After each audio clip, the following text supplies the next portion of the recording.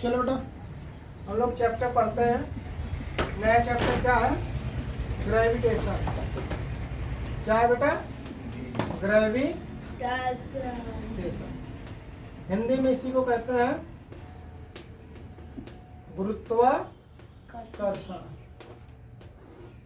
अगर इस शब्द को देखा जाए तो दो शब्दों से मिलकर बना है ना, गुरुत्व आकर्षण प्लस आकर्षण। गुरुत्व प्लस आकर्षण। इसी चैप्टर के बारे में हमको क्या करना है? पढ़ना है। आकर्षण मीन्स क्या होता है? अपनी तरफ खींचना या आकर्षित करना ना। क्या होता है? खींचना या आकर्षित करना, अपनी तरफ क्या कराता है? आकर्षण।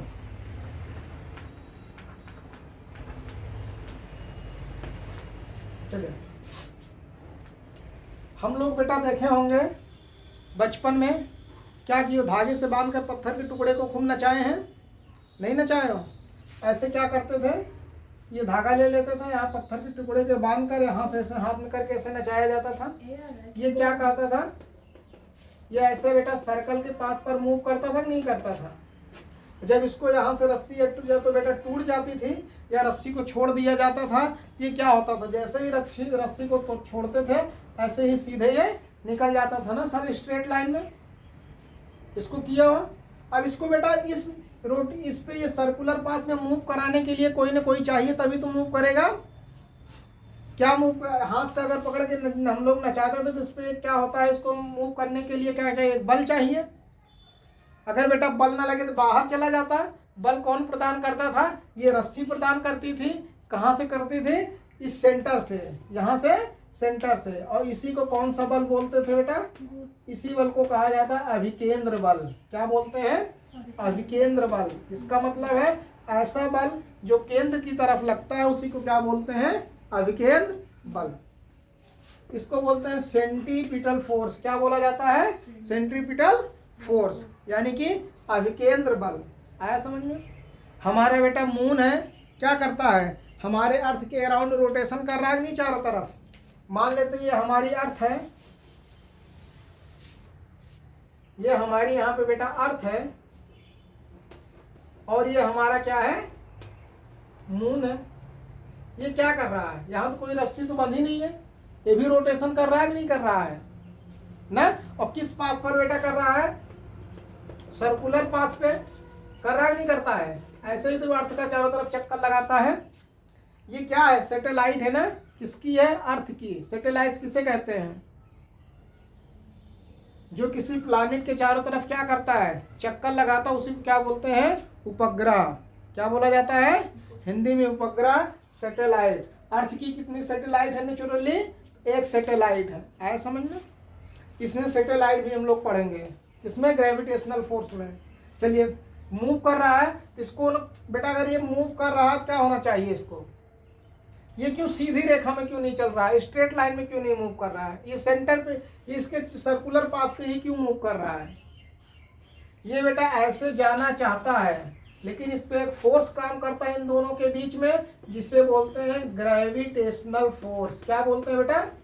Gravitational force. हिंदी में कहते हैं गुरुत्वाकर्षण बल।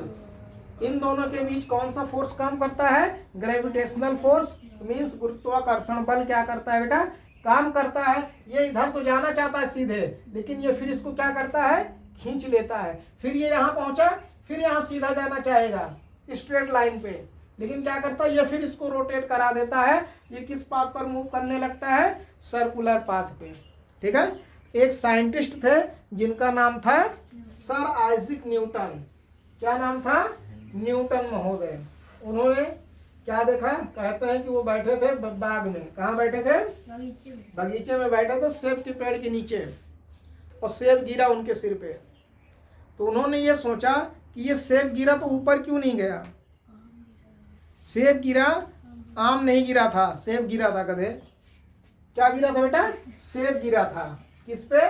उनके सिर पर। उन्होंने क्या कहा? उन्होंने देखा कि सेब गिरा तो नीचे ही क्यों गिरा, ऊपर क्यों नहीं चला गया? सोचने वाली बात है नहीं कि हम कोई भी ऑब्जेक्ट को अगर हम ऊपर फेंकते हैं तो नीचे क्यों चला आता है? क्या कारण है? मैग्नेट अगर है, हम लोग देखें मैग्नेट अगर हमारे पास होता है तो सभी चीज को अपनी तरफ खींचता नहीं, लोहे की जितनी चीजें होती हैं।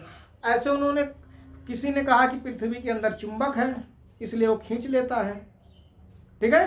तो उन्होंने बताया कि अगर इस ब्रह्मांड में क्या हो, दो ऑब्जेक्ट हो, क्या हो बेटा, दो ऑब्जेक्ट, मान लेते हैं एक ये है और एक क्या है, बी है, ठीक है। और एक का बेटा वेट कितना है, m1 kg है, एक का वेट m2 kg है, और इन दोनों की जो बीच की डिस्टेंस है वो क्या है, r है। किलोमीटर जो भी हो, मीटर सेंटीमीटर किलोमीटर जो भी बेटा इसकी सेंटर को मेजर करेंगे, इतना याद रखना, ये क्या दोनों ऑब्जेक्ट के सेंटर से मेजर की जाती है, ठीक है।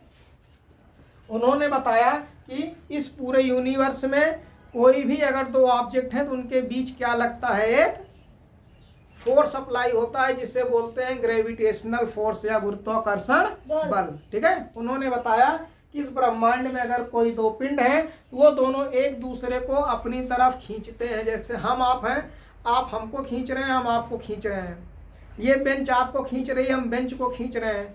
तो अब आप लोग कहोगे कि क्यों हम बेंच की तरफ नहीं चले जा रहे हैं, जाना चाहिए अगर खींच रहा है ना।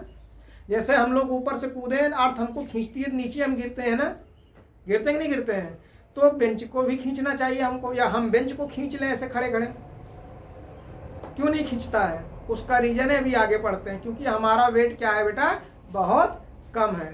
ये कहाँ सबसे ज्यादा हमको देखने को मिलेगा, जब क्या होते हैं हमारे जो ऑब्जेक्ट हैं वो बहुत बड़े क्या होते हैं, बड़े बड़े क्या होते हैं, मास के होंगे, ठीक है। तो इन्होंने बताया कि जो इन दोनों के बीच लगने वाला फोर्स होगा, और फोर्स कैसा होगा, अट्रैक्शन होगा, रिपल्सन होगा, अट्रैक्टिव फोर्स होगा, रिपल्सन का फोर्स होगा, अट्रैक्टिव फोर्स होगा तभी तो खींचेगा। इन्होंने बताया कि जो ये बेटा फोर्स लगता है दोनों पर, बल लगता है, वो इन दोनों के मैग्नीट्यूड के क्या होता है, मल्टीपल के प्रोडक्ट के डायरेक्टली प्रोपोर्शनल होता है। और इनके बीच की जो दूरी है बेटा, उसके क्या होता है, दूरी के इनवर्सली प्रोपोर्शनल होता है। दूरी के इनवर्सली प्रोपोर्शनल है नहीं, दूरी के वर्ग के इनवर्सली प्रोपोर्शनल होता है। स्क्वायर है ना, डिस्टेंस का स्क्वायर, या आर डिस्टेंस है, डिस्टेंस का स्क्वायर है। जब बेटा इन दोनों को साथ में मिला देते हैं, इसका नाम इक्वेशन 1 रख दिया जाए, इसका नाम इक्वेशन 2, तो F is directly proportional to m1 into m2 upon क्या आ जाएगा, आर स्क्वायर, ठीक है। और जब इसी प्रोपोर्शनल को हटाते हैं बेटा तो एक नियतांक जुड़ता है, कांस्टेंट ऐड होता है, जिसे बोलते हैं capital G, m1 into m2 upon R square. आ रहा समझ में? Yes sir. इसी को बेटा कैपिटल जी को क्या बोलते हैं, capital G is a universal constant.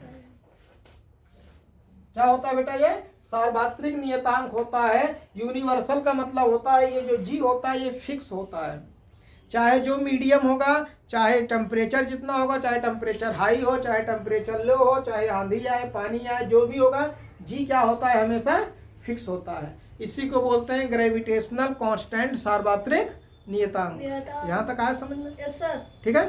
तो इन्होंने क्या बताया, इन्होंने बताया कि इस पूरे यूनिवर्स में कोई भी दो ऑब्जेक्ट हो बेटा, वो दोनों एक दूसरे को क्या करते हैं, अपनी तरफ अट्रैक्ट करते हैं। अट्रैक्ट करने का मतलब होता है खींचते हैं। इसकी वैल्यू बेटा फिक्स होती है। अगर इसकी वैल्यू फिक्स होगा तो इसका कुछ ना कुछ वैल्यू तो होगी, एक फिक्स वैल्यू होगी। क्या होगी इसकी फिक्स वैल्यू, कितना होगा?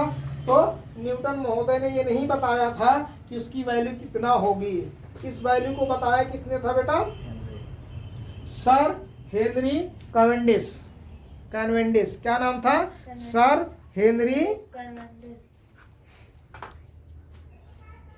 किसने बताया था इसको, जी को बेटा? इन्होंने बताया था कि जी की वैल्यू कितना होती है। इन्होंने बताया जी की वैल्यू बेटा जब निकाला, उन्होंने बताया 6.67 इंटू 10 टू द पावर -11। कितना बताया? 6.67 इंटू 10 टू द पावर -11। अब बेटा जी का मात्रक क्या आएगा?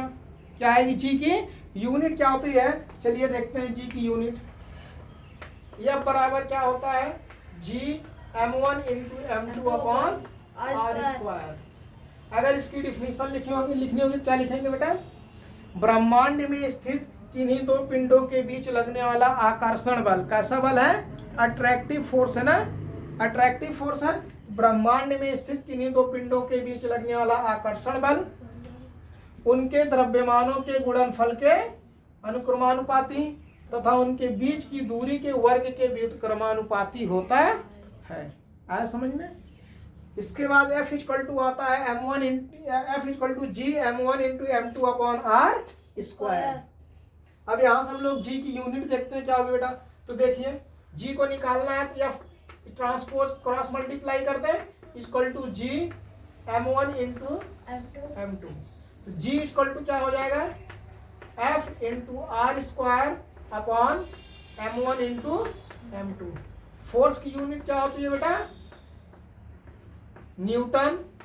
आर स्क्वायर यानी कि दूरी है, दूरी को किस में नापते हैं? मीटर में। क्या हो जाएगा?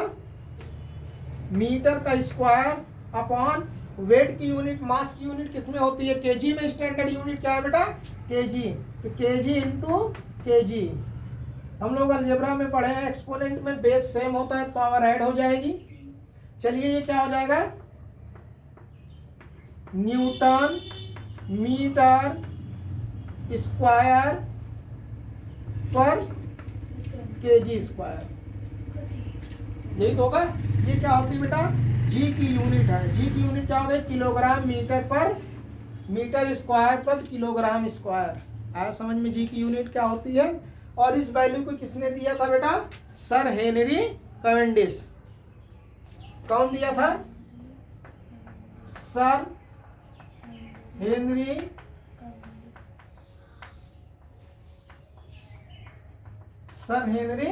कैवेंडिश। आया समझ में? नोट डाउन करिए इतना। चलो बेटा हमने क्या देखा? F equal to G m1 into m2 upon R square R क्या है बेटा? दोनों पिंडों के मध्य की क्या है? दूरी है, बीच की दूरी है। m1 क्या है? पहले पिंड का द्रव्यमान। m2 क्या है? दूसरे ऑब्जेक्ट का मास है। और F क्या है? फोर्स उन दोनों के बीच कितना लग रहा है? G क्या है? Universal gravitational constant. G की वैल्यू हम लोगों ने देखा क्या होती है बेटा? G equal to 6.67 into 10 to the power -11 क्या हो जाएगा? न्यूटन मीटर स्क्वायर प्रति kilogram square with their unit, इसके मात्रक के साथ। आया समझ में? किसने दिया था? सर हेनरी कैवेंडिश ने। यहाँ तक देखें हम लोग। इसकी डिफिनीशन लिखनी होगी तो कैसे लिखेंगे? देखिए किन्हीं दो पिंडों के बीच, दो पिंड है देखो, मान लेते हैं एक ये ऑब्जेक्ट है ए और एक ऑब्जेक्ट है बी। ठीक है, कुछ भी नाम रख सकते हैं, गोलू मोलू। इसका बेटा वेट हमने कह दिया m1 मास है, इसका मास m2 है। और इन दोनों ऑब्जेक्ट के बीच की जो डिस्टेंस है बेटा कितनी है? वो r है ना, यही तो है। तो लिखेंगे कैसे? हमने क्या देखा? F क्या होता है बेटा? डायरेक्टली प्रोपोर्शनल टू होता है m1 इंटू m2 के, और F किसके इनवर्सली प्रोपोर्शनल होता है? उनके बीच की जो डिस्टेंस होती है उसके स्क्वायर के क्या होता है? प्रोपोर्शनल होता है। तो देखिए इसकी डिफिनीशन कैसे लिखा जाएगा? कितने ऑब्जेक्ट है बेटा? दो ऑब्जेक्ट। किन्हीं दो पिंडों के बीच लगने वाला कैसा फोर्स है? ये अट्रैक्शन फोर्स है ना। ये वाला बेटा ऑब्जेक्ट इसको अट्रैक्ट करेगा और ये वाला ऑब्जेक्ट इसको अट्रैक्ट करेगा अपनी तरफ। ठीक है, क्या हो जाएगा? किन्हीं दो पिंडों के बीच लगने वाला कैसा बल है? लगने वाला आकर्षण बल। कैसा बल? आकर्षण बल उनके द्रव्यमानों के गुणनफल के अनुक्रमानुपाती। उनके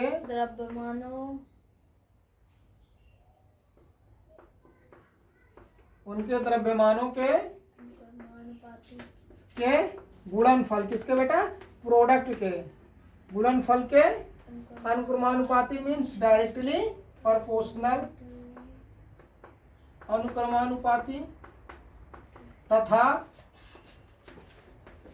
इनके बीच की दूरी के ना, तथा इनके बीच की दूरी के, किसके बेटा, दूरी के वर्ग के, दूरी के वर्ग के कैसा होता है, व्युत्क्रमानुपाती। कैसा होता है बेटा, व्युत्क्रमानुपाती होता है। आया समझ में? तो डिफिनीशन क्या हो जाएगी बेटा, किन्हीं दो ऑब्जेक्ट के बीच लगने वाला अट्रैक्शन फोर्स उनके मास के प्रोडक्ट के डायरेक्टली प्रोपोर्शनल और उनके बीच की जो डिस्टेंस होती है उसके स्क्वायर के क्या होता है, व्युत्क्रमानुपाती होता है। मतलब क्या है बेटा, जैसे जैसे मास बढ़ाते जाएंगे वैसे वैसे फोर्स ऑफ अट्रैक्शन क्या होगा, या ग्रेविटेशनल फोर्स क्या होगा बेटा, बढ़ेगा। अभी मान लेते हैं बेटा ये ऑब्जेक्ट 10 kg का है, ये 20 kg का है, डिस्टेंस को हम लोग फिक्स रखते हैं। डिस्टेंस को अगर 1 ले लिया जाएगा ये कितना हो जाएगा, 10 × 20/1। जी की वैल्यू भी नहीं रखा जा रहा है, कितना हो जाएगा बेटा, 200 न्यूटन आएगा कि नहीं आएगा, जी की वैल्यू ना रखें तो भी। अब इसी ऑब्जेक्ट को बेटा हम लोग कह दिए 100 kg हो गया या 200 kg हो गया, डिस्टेंस अभी 1 ही मीटर है, तब कितना आएगा, 100 × 200 मिलके कितना हो जाएगा, 20,000 न्यूटन। इसका मतलब हमने मास बढ़ाया तो फोर्स अट्रैक्शन ऑफ फोर्स बढ़ेगा, नहीं ग्रेविटेशनल फोर्स बढ़ेगा। इसका मतलब क्या है कि जैसे जैसे मास को बढ़ाते जाएंगे वैसे वैसे ग्रेविटेशनल फोर्स बढ़ता जाएगा। आया समझ में? जितने भी बेटा हमारा सोलर सिस्टम है, जितने प्लैनेट हैं, सब इसी की वजह से हमारे सन के अराउंड क्या करते हैं, रोटेट करते हैं, चक्कर लगाते हैं। अगर ये ग्रेविटेशनल फोर्स ना हो तो हमारा सोलर सिस्टम इम्पॉसिबल है। ऐसे ही जो हमारा ये एटमॉस्फियर है, वातावरण है, जिसे हिंदी में वायुमंडल बोलते हैं, ये पृथ्वी पर क्यों है बेटा, हवा है, हवा हल्की होती है ऊपर उड़ जानी चाहिए। क्यों? क्योंकि ग्रेविटेशनल फोर्स क्या करता है बेटा, हमारी जो एटमॉस्फियर है, जो हमारा एटमॉस्फियर एग्जिस्ट करता है, किसकी वजह से एग्जिस्ट करता है, इसी ग्रेविटेशनल फोर्स की वजह से। क्या करता है, पूरे एटमॉस्फियर को अपनी तरफ क्या करता है, खींचता है। आया समझ में? अब यहाँ हम लोग देखते हैं, अगर बेटा डिस्टेंस को कम किया जाएगा, हमने बताया था इनवर्सली प्रोपोर्शनल का मतलब होता है कि एक को बढ़ाएंगे तो दूसरा घटेगा। मान लेते हैं यहाँ से बेटा डिस्टेंस 1 मीटर थी, चलिए देखते हैं, F = हमने G × 10 × 20/1 किया था, कितना आएगा, 200 × G न्यूटन फोर्स आएगा ना। अब इसी डिस्टेंस को हम 1 के बजाय बेटा कितना कर दें, 2 कर दें। क्या कर दिया जाए, 2। तो जब बराबर क्या हो जाएगा, G 10 × 20/R कितना है, R को हमने 2 कर दिया तो इसका मतलब 2 का स्क्वायर हो जाएगा। तो ये कैसे कितना आएगा, 200 G/4। इसको काटेंगे कितना आएगा, 50 G न्यूटन। कहाँ बेटा, हम अभी कितना फोर्स लगाया था, 200 न्यूटन फोर्स, अब कितना लगा 50 न्यूटन फोर्स। आया समझ में? इसका मतलब है अगर बेटा जी को बढ़ाएंगे, दोनों के बीच की दूरी को अगर बढ़ा दिया जाएगा तो ग्रेविटेशनल फोर्स क्या हो जाएगा, कम हो जाएगा। और अगर उनके वेट को बढ़ाया जाएगा, मास को, क्या होगा, उन ग्रेविटेशनल फोर्स क्या हो जाएगा, बढ़ेगा। आया समझ में? डायरेक्टली प्रोपोर्शनल का मतलब बढ़ेगा, इनवर्सली प्रोपोर्शनल का मतलब क्या होगा, घटेगा। यही था हमारा क्या, ग्रेविटेशनल फोर्स। इसी को क्या कहते हैं, ग्रेविटेशनल फोर्स। नोट डाउन करिए, फोटो खींच ले। चलो बेटा, अभी हमने पढ़ा F = G m1 × m2/r²। m1 क्या है बेटा, पहले ऑब्जेक्ट का मास है, m2 दूसरे ऑब्जेक्ट का मास है, r क्या है, उन दो ऑब्जेक्ट के बीच की क्या है, डिस्टेंस है। अब हम लोग देखते हैं बेटा, जैसे हमने बताया कि इस पूरे यूनिवर्स में जितनी भी ऑब्जेक्ट हैं सब एक दूसरे को अट्रैक्ट कर रही हैं, खींच रही हैं। ये चौक हमको खींच रहा है, हम चौक को खींच रहे हैं। मोबाइल हमको खींच रही है, हम मोबाइल को खींच रहे हैं। राज हमको खींच रहे हैं, हम राज को खींच रहे हैं। तो ये देखते हैं कि क्यों खींच नहीं जाते हैं। कोई चीज़ बेटा ऊपर फेंकते हैं, नीचे आती है, अर्थ तो खींच ले रही है। अर्थ पे क्यों अप्लाई होता है, हमारे आप पर क्यों नहीं अप्लाई होता है, तो इसको देखते हैं। चलिए देखते हैं क्यों नहीं होता है। यहाँ बेटा इसलिए नहीं होता क्योंकि जो जी की वैल्यू कितनी होती है, 6.67 × 10⁻⁻11 न्यूटन मीटर स्क्वायर प्रति किलोग्राम स्क्वायर। ये किसकी यूनिट है, जी की। जी का मान इतना होता है बेटा। निगेटिव का मतलब क्या है, बहुत कम फोर्स। मान लेते हैं हमारा और आपका वेट कितना होगा, m1 मान लेते हैं। m1 बराबर हमने मान लिया बेटा, हम मान लीजिए हमें 60 kg के, और अखिल हो गए m2, अखिल गधा हो गए बेटा 40 के, नहीं यार 40 कहाँ है, 38 ये है 50 kg का। ठीक है, हम मान लेते हैं हमारे और अखिल के बीच की डिस्टेंस यहाँ से वहां तक कितनी है, 2 मीटर। r बराबर कितना हो जाएगा बेटा, 2 मीटर। अब हम लोग देखते हैं हम इनको, ये हमको कितने फोर्स से खींच रहे हैं एक दूसरे को। चलिए देखते हैं, निकालते हैं। यह बराबर क्या होता है, g m1 into m2 upon r square. g की वैल्यू रखिए, कितना होता है 6.67 इंटू 10⁻11। m1 कितना है 60 kg, m2 कितना है बेटा 50 kg अपॉन 2 का क्या होगा, स्क्वायर होगा ना, r की जगह 2 रखा जाएगा, क्या हो जाएगा स्क्वायर। अब इसको सॉल्व करते हैं। 6.67 इंटू 10⁻11 इंटू मल्टीप्लाई करोगे कितना आएगा 3000 अपॉन कितना हो जाएगा बेटा, 2 का स्क्वायर 4 हो जाएगा। कंप्लीटली डिवाइड होगा, नहीं होगा कंप्लीटली डिवाइड, तो क्या किया जाएगा, इसका मल्टीप्लाई करो इसमें, 3 7 जा 21 कैरी ऑन टू 3 6 जा 18 टू 20 कैरी ऑन टू 3 6 जा 18 टू 20, 2 पॉइंट पे डेसिमल हमने लगाया, इंटू बेटा 10⁻11 इंटू इसको क्या कर सकते हैं 10⁻3 लिख सकते हैं, नहीं ये इसको क्या करोगे, अगर इसको लिखेंगे, इसको 3 इंटू 1000 लिखा जा सकता है, 3000 को, तो 10 को 1000 को 10 की पावर 3 हो जाएगा। एक्सपोनेंट में हम लोग पढ़ चुके हैं, पढ़े नहीं एक्सपोनेंट में, अपॉन बेटा 4।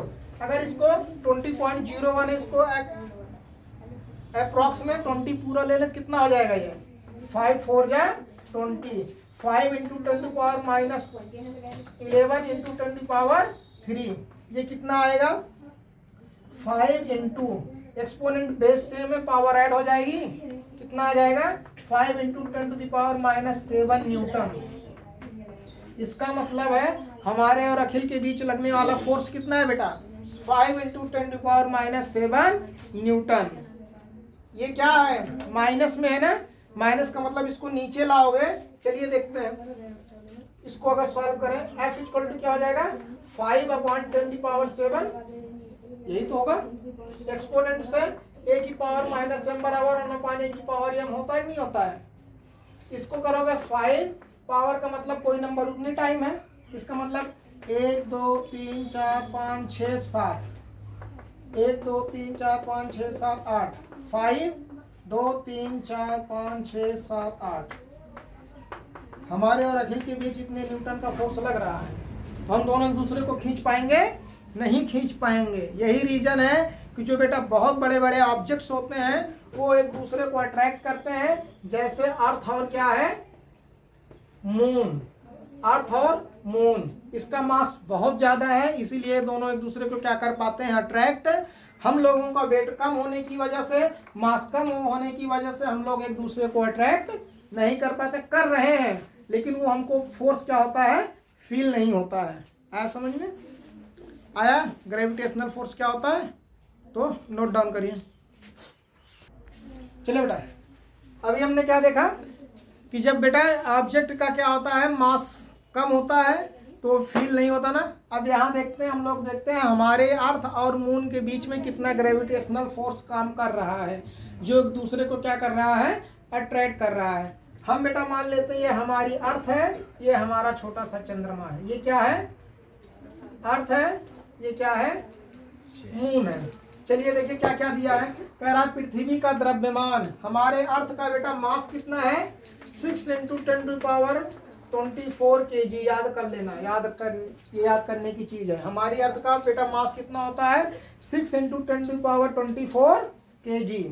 मून का कितना दिया हुआ बेटा 7 × 4 × 10⁻22 kg।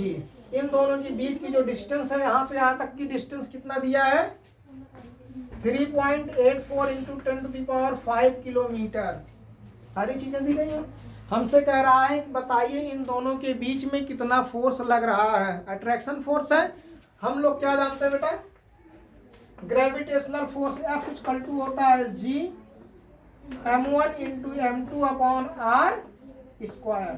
सबकी वैल्यू पुट किया जाए। g कितनी होती है 6.67 into 10 to the power minus 11। m1 कितना दिया है 6 into 10 to the power 24। m2 कितना है बेटा 7.4 into 10 to the power 22 upon 3.84 into 10 to the power 5 का होल स्क्वायर। यही तो आएगा। ठीक है, अब सबको बेटा सॉल्व किया जाए, देखते हैं कितना आएगा। 6.67 इंटू 6 इंटू 7.4 इंटू बेटा पावर को हम लोग एक्सपोनेंट से सॉल्व करेंगे। इसका और इसका बेस, तीनों का बेस सेम है ना, पावर ऐड हो जाएगी। 24 में 22 ऐड करेंगे कितना आएगा 46। 46 में से 11 सब्ट्रैक्ट होगा कितना आएगा 36 आएगा। 46 में से 11 सब्ट्रैक्ट होगा कितना आएगा 35 प्लस की minus 10 to the power 5 plus आएगा ना upon 3.84 into 10 to the power 5। 3.84 का क्या करना पड़ेगा स्क्वायर करेंगे कितना आएगा बोलिए बेटा।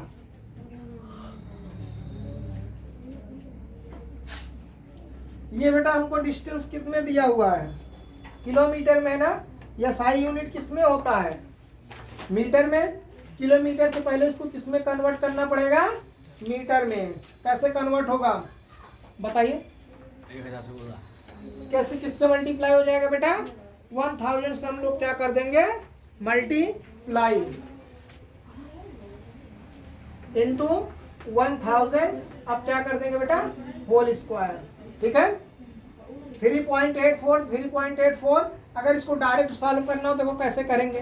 3.84 किसके नियर है 4 के ना। 4 का स्क्वायर कितना होता है 16। 4 का स्क्वायर कितना होगा 16। इसका मतलब है 16 से थोड़ा कम आएगा नहीं, स्क्वायर करके देखते हैं चलो।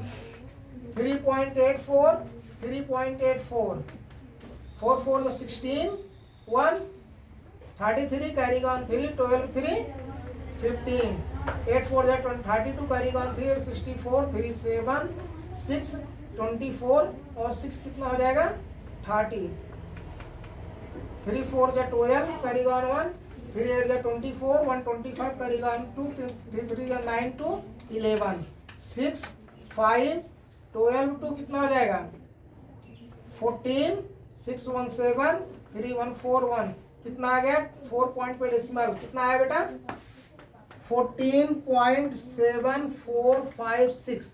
हमने बताया था 4 का स्क्वायर 16 होगा। 16 से कम आ रहा नहीं है थोड़ा।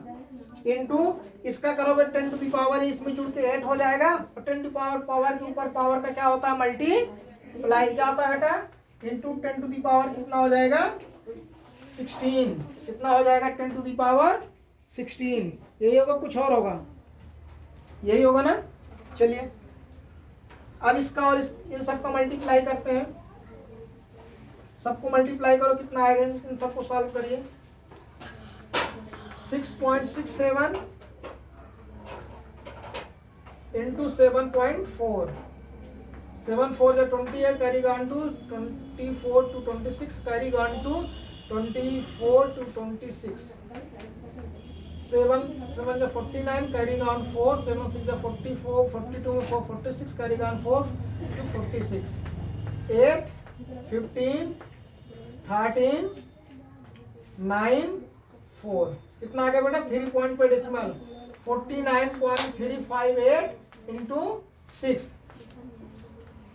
8 6 जा 48 कैरी ऑन 4 6 5 जा 34 34 4 carry on 3 18 3 21 carry on 2 54 6 carry on 5 24 5 29 3 point पे डेसिमल आएगा 1 2 3 कितना हो गया ये कितना आया ये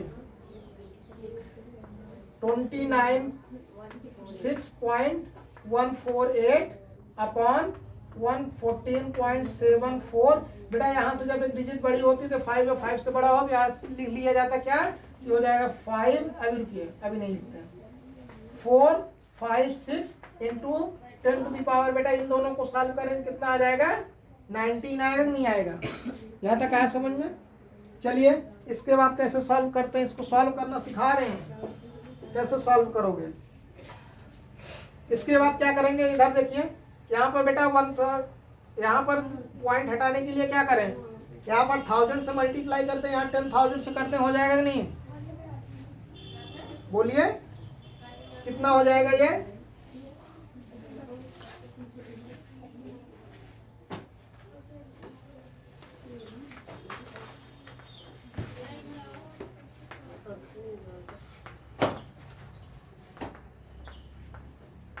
इंटू 10 टू दी पावर कितना हो जाएगा ये, ऊपर नीचे बेटा सेम नंबर से मल्टीप्लाई करेंगे तो कितना हो जाएगा, यहाँ 0 हो जाएगा, ये कितना हो जाएगा 19। अब इन सबको डिवाइड करो, देखो कितना आता है, डिवाइड किया जाएगा कितना आएगा, चलिए बेटा इसको डिवाइड करेंगे कितना आएगा 20.08 इंटू 10 टू दी पावर 19 ना। इसको एक पॉइंट इधर ले जाएंगे तो क्या हो जाएगा 2.08008 इंटू 10 टू दी पावर 20 कितना हो जाएगा 10 टू दी पावर 20 ना, होगा कि नहीं। एक पॉइंट इधर गए तो एक डिजिट इधर बढ़ेगी, 10 का नहीं बढ़ेगा। आया समझ में, इतना क्या हो गया न्यूटन। इसका मतलब है अर्थ और मून के बीच में कितना बेटा फोर्स लगता है 2। इसको अगर सीधे सीधे लिखेंगे तो क्या लिख सकते हैं 2 into 10 to the power 20 newton. 2 के पीछे कितना जीरो लगेगा 20 जीरो। ऐसे पढ़ते रह जाओ कितना न्यूटन का फोर्स लग रहा है दोनों के बीच में।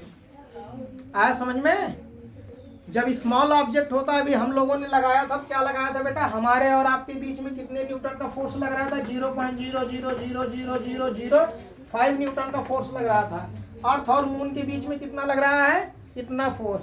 इसीलिए बेटा ये ऑब्जेक्ट का मास कम होने की वजह से हमको ये जो वैल्यू होती है फील नहीं होता है, ये अट्रैक्शन फील नहीं होता है। जबकि हम आप या कोई भी चीज इस पूरे ब्रह्मांड में एक दूसरे को क्या करती है अट्रैक्ट करती है। आया समझ में यहाँ तक चैप्टर न्यूमेरिकल आया समझ में। अगर वीडियो को अच्छा लगा हो तो क्या करेंगे लाइक शेयर, और वीडियो को क्या चैनल को क्या किया जाएगा सब्सक्राइब। Thank you.